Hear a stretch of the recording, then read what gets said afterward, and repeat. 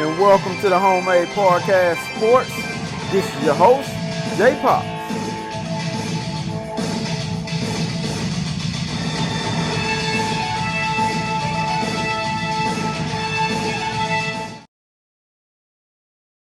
And welcome back to the Homemade Podcast of Sports with your host, J Pops.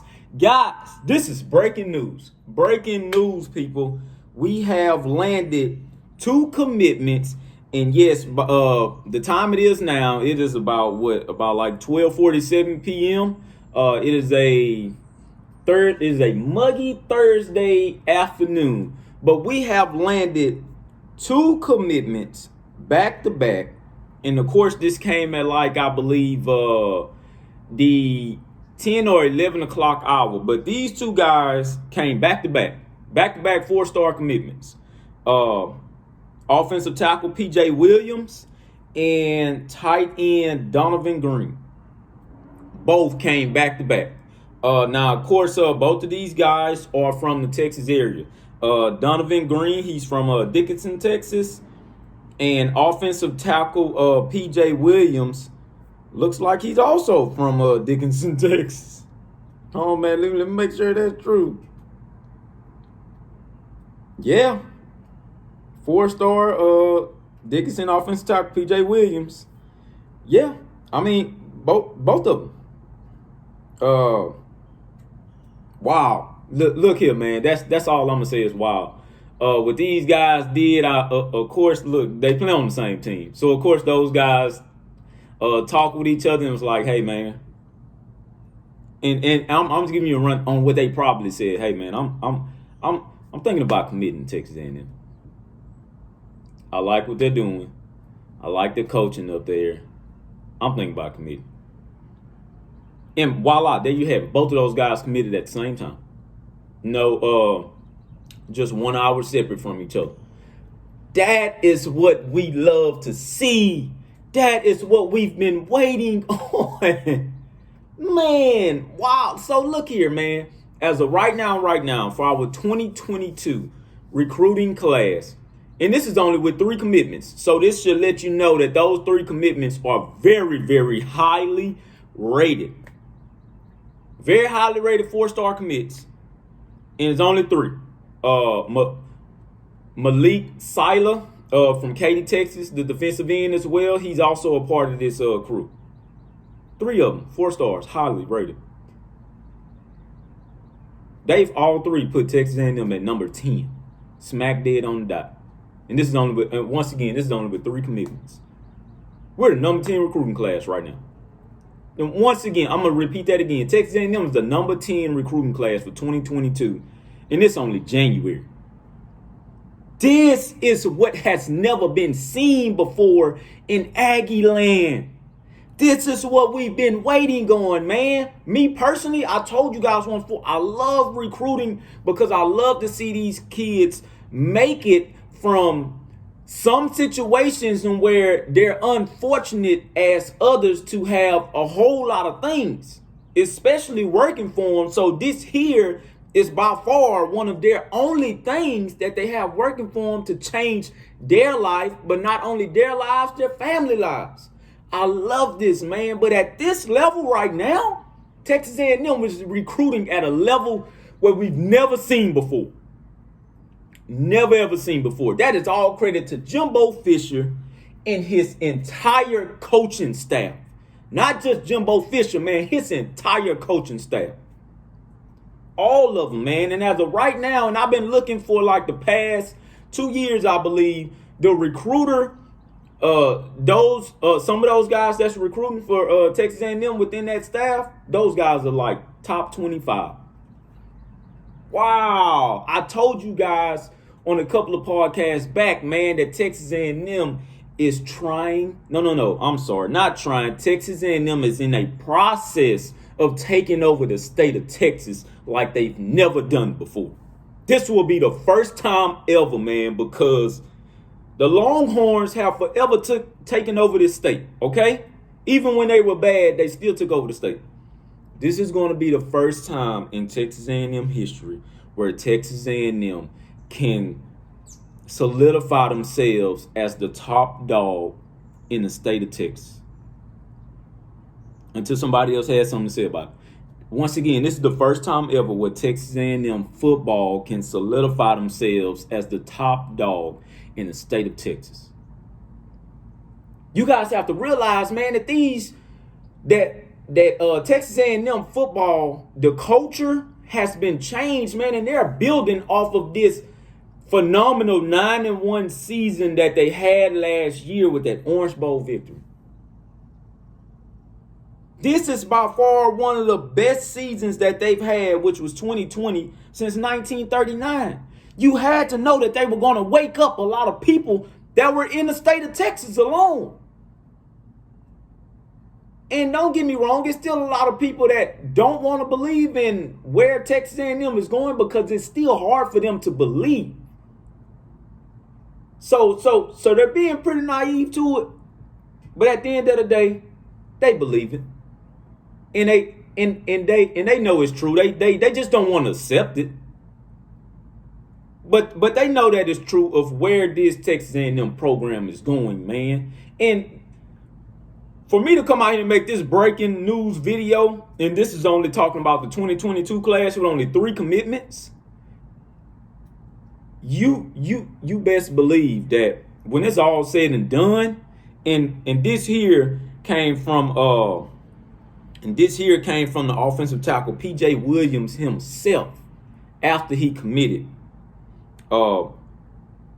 He said that Texas A&M, at the end of the day, is going to have the number 1 recruiting class in 2022. Wow! This is coming from a commitment. And to my knowledge, I have not seen a commitment ever say anything about when they commit to Texas A&M that, hey, man, we're on the way to being the number 1 recruiting class.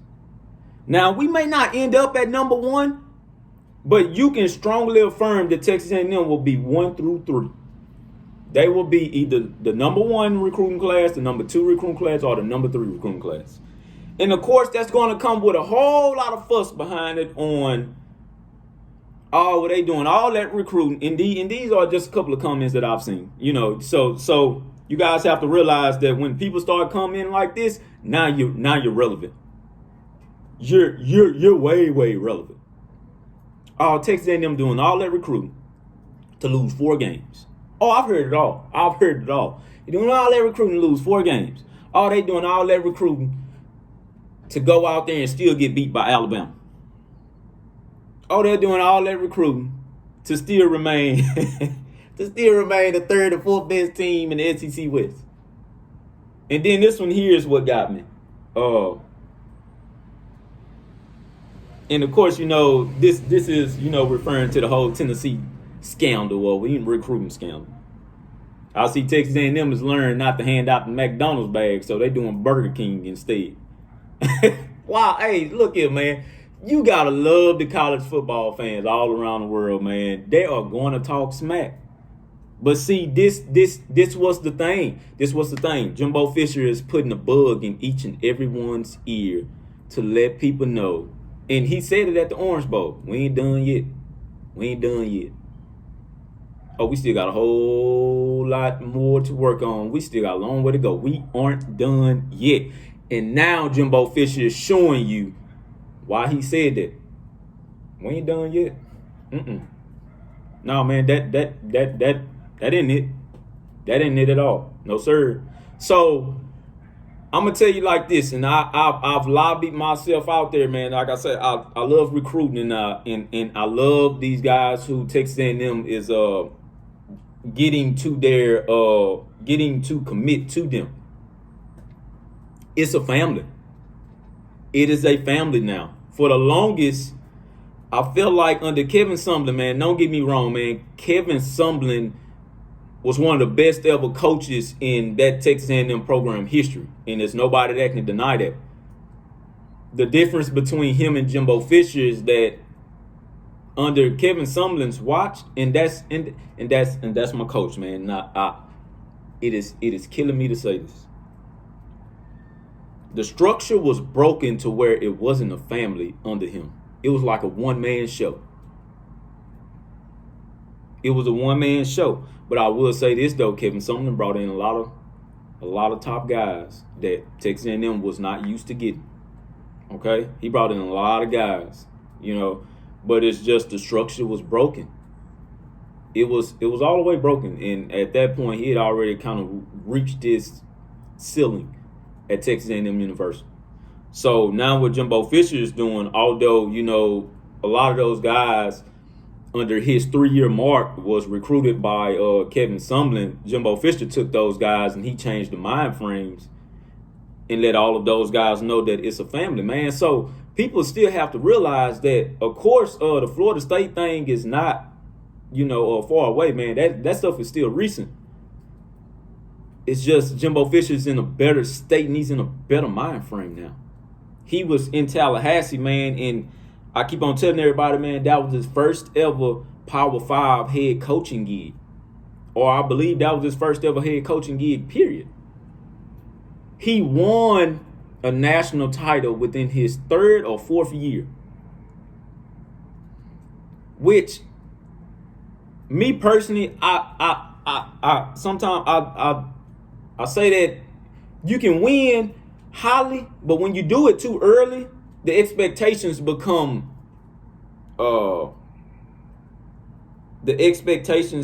unrealistic. So he had won so early there to where the expectations was always all the way up here instead of kind of being like right in like the middle. And don't get me wrong, I don't blame anybody for having the expectations all the way up to the highest ceiling, but that's where it's supposed to be. But at some point, you got to be real about the whole situation, man. And at that time, Clemson was on the rise. Clemson was on the rise. And for the longest, Jimbo Fisher kept trying to tell the Florida State staff that, hey, man, in order to keep on competing, we got to change the facilities. We got to do this and that. We got to do that and this. Now, of course, I wasn't inside that Florida State program, nor do I know a whole lot of people that's Florida State fans. So I don't know the whole thing there. But what I'm saying is that Jimbo Fisher knew that he needed the resources because Clemson was right behind him. And to this day, man, Clemson has all of the resources in the ACC. And to my knowledge, Clemson is the only ACC team that has by far the amount of resources as teams as the SEC, teams in the SEC like Alabama, LSU, Texas A&M. We talking about like facility-wise, stadium-wise, everything. Also, they have facilities just like like Notre Dame. They got facilities. They got facilities like Ohio State. That's why they're up. That's why they're in that conversation. That's why kids commit to them like that, man. Now, don't get me wrong. They're committing to the simple fact of that Dabo Swinney has been able to put them into a winning culture. But at the same time, man, their facilities wasn't up to par, just like what I just mentioned with the SEC and Big 12, Texas and OU and things of that nature. This is what these kids look at nowadays, man. They want to be somewhere where they can be comfortable. They want to be somewhere where they can be comfortable, but they also want to be somewhere where they can win. But also get an education, man. You guys have to quit blocking that out and thinking that these kids aren't going to school for education. Yes, they are, man. Now, some of them might not graduate, because they took the offer to the NFL so early because of the draft stock, but you got to understand, man, these kids love education as well, but the point I'm trying to make is that Jimbo Fisher has this team working as a family. It isn't a one-man show. It is a team culture and a family culture. That's why Jimbo Fisher has so many Aggie alumni. He has so many Aggie fans behind him. It's nobody until this day that is an Aggie that doubts Jimbo Fisher anymore. I'm going to say that again for the ones in the back that did not hear me. It is nobody that's an Aggie alum nor Aggie fan that doubts Jimbo Fisher anymore, man.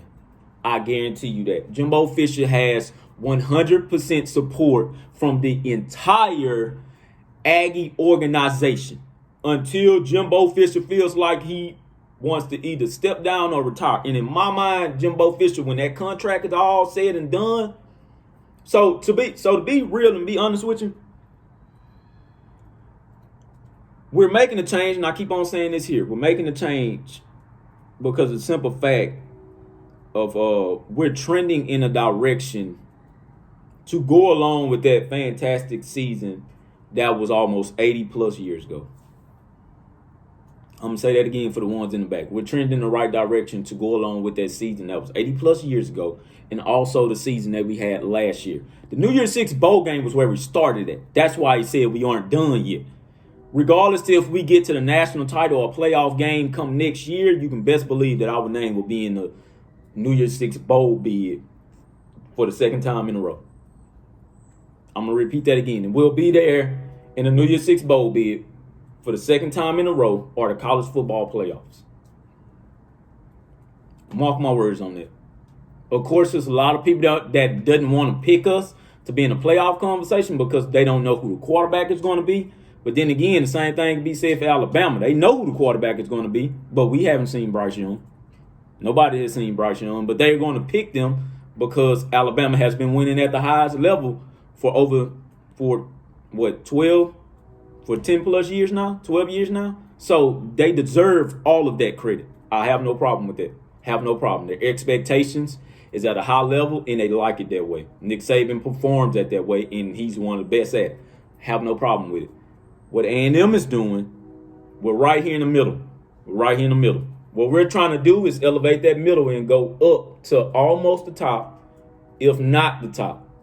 So the thing that we have to do for this season to solidify ourselves at being elite is, number one, beat Alabama at our home field, in which we have not beat Alabama at our home field yet. I want you Aggie fans to know that. I'm pretty sure you guys already know that. I want you college football fans to know that. We have not beat Alabama at home. We have never beaten Alabama at home. We have not. We have a losing record at home to Alabama, which is freaking crazy to me.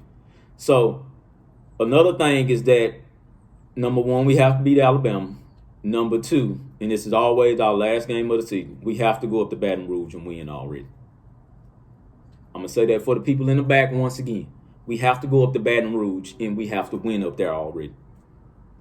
LSU fans, they're listening, and they know what's what. But LSU fans can always down us, in which I'm not going to argue with them about, because we have not won in Baton Rouge. We have not won in Baton Rouge.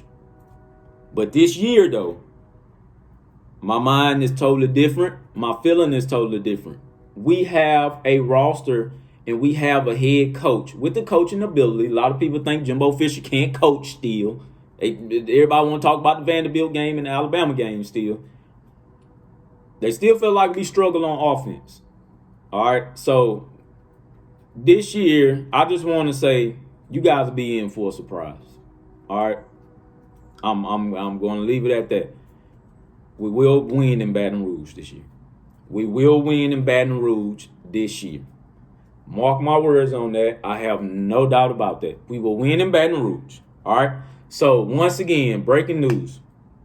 2 of the top prospects in the state of Texas alone. These here 3 guys, these aren't out-of-state recruits, okay? These are all in the state of Texas. We only have 3 of them that has committed. So that should let you know if we're in the top 10, right at number 10 alone, and we have recruited all 3 guys in our state alone, that should let you know a lot about the state of Texas for 2022. I feel like the 2022 class for the state of Texas alone, this will be the most loaded class you have ever seen. I'm going to say that once again. This will be the most loaded class you have ever seen in the state of Texas. The city of Houston alone is by far loaded. We're loaded. I'm going to say that once. We're loaded. Be on the lookout for more Texas recruits committing to Texas A&M early. We're coming for the state. We're coming for the state, man. We are coming for the state, and we're coming to take over. Okay, I'm gonna say it once again. We're coming to take over. All right. So I just wanted to give you guys that breaking news. I hope that you guys have a blessed day, and I'm going to go ahead. I couldn't hear what you said. And I'm going to go ahead and get on out of here. I love all of you guys, and thank you guys for commenting on all the videos and just listening to them. I have now cut my little intro short because I've gotten too many suggestions from you guys to cut the little length of the intro pretty short. So I've cut it, you guys. But I thank you guys once again for giving me feedback and everything. Hashtag GigMags. And thank you guys for tuning in to the hashtag Homemade Podcast Sports. Please, guys, subscribe to the YouTube page and also follow me on Twitter at JPops, on Instagram at JPops, and also on Facebook at hashtag Homemade Podcast Sports. Thank you guys once again. Hashtag GigMags.